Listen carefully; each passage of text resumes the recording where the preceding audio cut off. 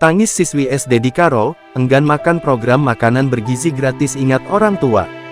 Jajaran Kodim 0205 TK, menggelar uji coba pemberian makanan bergizi gratis MBG kepada para pelajar di Kabupaten Karo.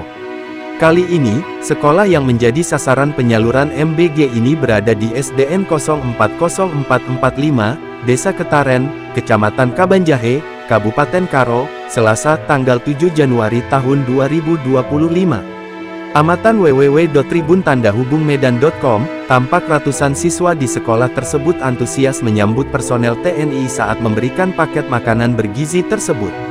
Semua pelajar terlihat rapi duduk di kursinya masing-masing sambil menunggu dibagikan makanan yang berisikan nasi, sayuran, dan lauk ayam semur ini.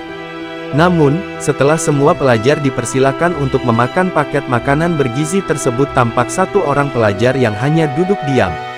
Ketika ditanya kenapa tak makan seperti teman-temannya, siswi yang duduk di bangku kelas 6 tersebut mengaku ingin makan di rumah karena ingat orang tua.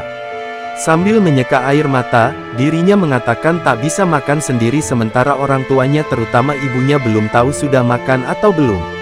Dikatakannya, keluarganya yang sederhana membuat ibunya turut harus banting tulang bekerja sebagai buruh tani.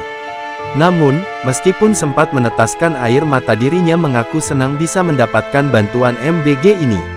Mengetahui adanya siswi yang mengalami kondisi ini, lantas personel Kodim 0205 TK langsung memberikan tambahan paket makanan agar bisa dibawa oleh siswi bernama Sri ini ke rumahnya.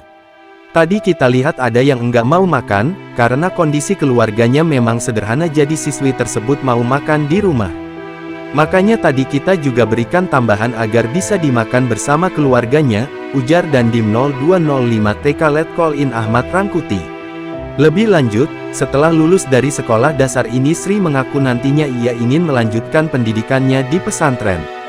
Dikatakannya, hal tersebut dikarenakan ia ingin membantu keluarganya dengan mencari sekolah yang mendapatkan bantuan biaya pendidikan.